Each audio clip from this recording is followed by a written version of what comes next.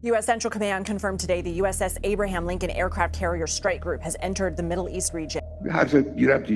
The American vessel, he made an irrelevant and provocative statement, declaring that should the government of Iran take certain actions. अस्सलाम वालेकुम। आज हम लोग बात करने लगे हैं एक ऐसे तनाज़े के बारे में जो कि ना सिर्फ मशरिक़ वस्ता बल्कि पूरी दुनिया की सियासत को हिला कर रख सकता है और पूरी दुनिया का नक्शा बदल कर रख सकता है। ये एक ऐसा मामला है जो कि बहुत ज़्यादा जल्दी ना ही हल होने वाला है और ना ही जंग के ज़रिए इस मामले को हल किया जा सकता है। ये तनाज़ा है अमेरिका और ईरान का।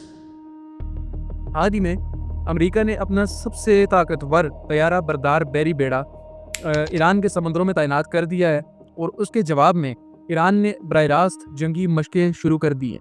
ये बेसिकली हो क्या रहा है, किसके लिए हो रहा है, किस चीज़ के बारे में हो रहा है और इस सब में ट्रंप कहाँ मौजूद है और आगे इन तमाम मामलात का नतीजा क्या है। इन तमाम मामलात के बारे में आज की वीडियो में हम लोग बात करेंगे और आखिर में मैं आपको अपना ज़ाती मगर गैर जानिबदार तज्ज़िया दूंगा कि इन तमाम मामलात की असल वजूहात क्या हैं, कौन करवा रहा है, किसके लिए करवा रहा है। सो वीडियो में आखिर तक बने रहिएगा। चलिए वीडियो को स्टार्ट करते हैं। 2026 के आगाज़ में अमेरिका ने अपना सबसे ताकतवर एयरक्राफ्ट कैरियर जिसको स्ट्राइक ग्रुप कहा जाता है खलीज फारिस और अपनाए हरमुज़ पर तैनात किया है। ये एक बैरी बेड़ा नहीं है, F-18 तैयारों का मरकज़, नेवी की सपोर्ट, हज़ारों एहलकार और उसके बाद जदीद तरीन असला और जदीद मिसाइल सिस्टम्स।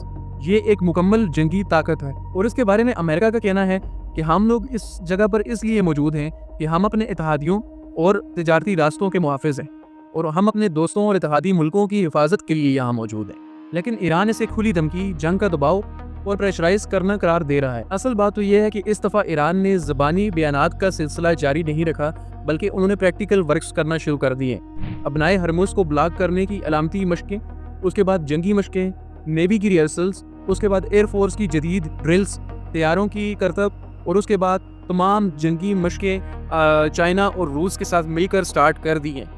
और ईरानी पासदारान इनकलाब जो उनकी मौजूद है वहाँ पर, उसने कहा कि अगर हमारे ऊपर एक भी मिसाइल फायर किया गया तो जवाब में हम तल अवीव को टारगेट करेंगे। एक चीज़ तो ईरान को भी बखूबी पता है कि ईरान कभी भी अमेरिका के साथ रिवायती जंग नहीं लड़ सकता बल्कि गैर बराह रास्त तौर पर वो उससे जंग इस मद में कर सकता है, यानी वो अपना तेल की सप्लाई रोक दे, ड्रोन वारफेयर्स करना शुरू कर दे और उसके बाद साइबर अटैक्स करना शुरू कर दे, तो इस मद में वो जंग जीत सकता है। लेकिन रिवायती जंग अगर हम बराह रास्त जंग कहें तो ईरान और अमेरिका में ज़मीन आसमान का फ़र्क है। ये तमाम तनाज़ात अचानक सामने नहीं आए बल्कि इनकी वजह बहुत गहरी है। यानी अमेरिका को लगता है कि ईरान यूरेनियम अफज़ुदगी बढ़ा रहा है और उसके बाद ये न्यूक्लियर प्रोग्राम की तरफ बढ़ने की कोशिश कर रहा है जो कि अमेरिका के लिए ख़तरा है।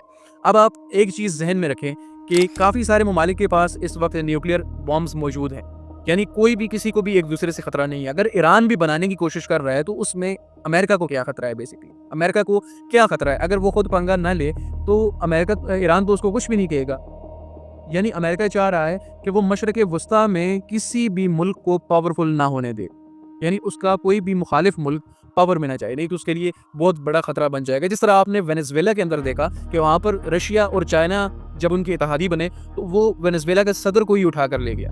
यानी उसने कहा कि कोई भी मेरा इत्तेहादी मेरी सरजमीन के करीब ना आए, यानी वो उसके लिए एक बहुत बड़ा खतरा साबित होगा।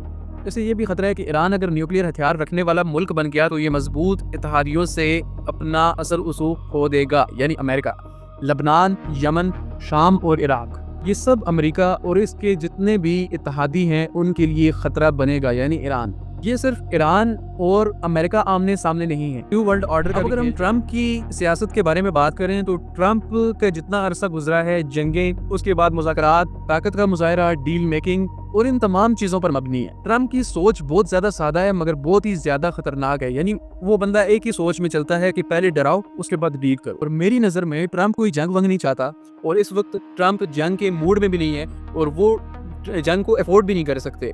जो उनका अफगानिस्तान के अंदर हाल हुआ है ना, उसके बाद वो अब जंग चाहता भी नहीं है। लेकिन वो चाहता क्या है? एक सरेंडर तरह का मुआहदा, यानी एक ऐसा मुआहदा जिसमें जंजीरों से जकड़ कर ईरान को एक रद्दी की टोकरी में फेंक दिया जाए जिससे वो कभी दोबारा निकल ना सके। मेरी ज़ाती और गैर जानिबदार राय ये है कि ये एक जंग नहीं होगी बल्कि कोई बराह रास्त जंग नहीं होगी, क्योंकि अमेरिका किसी जंग का मुतम्मिल नहीं हो सकता और ईरान भी अपने आप को तबाही की तरफ नहीं। एक तरह से खतरा मौजूद भी है क्योंकि जब सियासत, अना और इस तरह की तमाम चीज़ें इकट्ठी हो जाएं तो एक गलत फैसला सब कुछ बदल कर रख सकता है। ये था अमेरिका और ईरान की कशीदगी का पूरा पस मंज़र کہ ان تمام چیزوں کے پیچھے کیا چل رہا ہے, اصل حقائق کیا ہے, کون کیا چاہتا ہے. اگر آپ کو آج کی ہماری ویڈیو پسند آئی ہے تو چینل کو کیجیے گا سبسکرائب, ویڈیو کو کیجیے گا لائک. ملتے ہیں نیکسٹ ویڈیو میں. اور آپ کی ان تمام معاملات کے بارے میں کیا رائے ہے کہ کیا امریکہ کو ایران کے اوپر ڈائریکٹلی اٹیک کر دینا چاہیے, یا ایران کو مڑ کر امریکہ کی طرف ایک ڈائریکٹ اٹیک لانچ کرنا چاہیے کہ نہیں کرنا چاہیے.